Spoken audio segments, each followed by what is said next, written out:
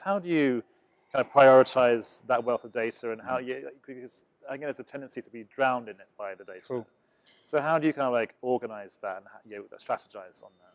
I guess the first thing is around acquiring the right data sets, because there's always this, this feeling that we should acquire everything, capture everything.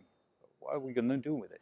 So if you want to have a big data problem, then start with having a big data strategy and pick the right data sets that are fit for purpose. So it's thinking through, if we capture this information, what are we going to do with it?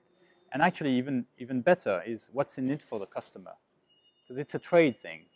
And at the edge of GDPR, it's going to be even more that. It's, okay, I'm happy to give you my data as a customer. What are you going to do with it?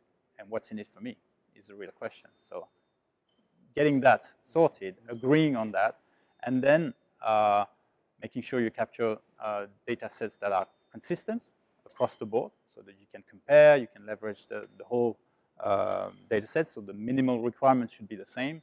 And then if you go into specialisms, then maybe you want more in-depth data around preferences and things like that. And, so one is collecting data with a purpose. Two is use it with the customer in mind and add value to the interactions that you have with customers. So it's how you use data, who's allowed to do that, thinking in terms of ROI.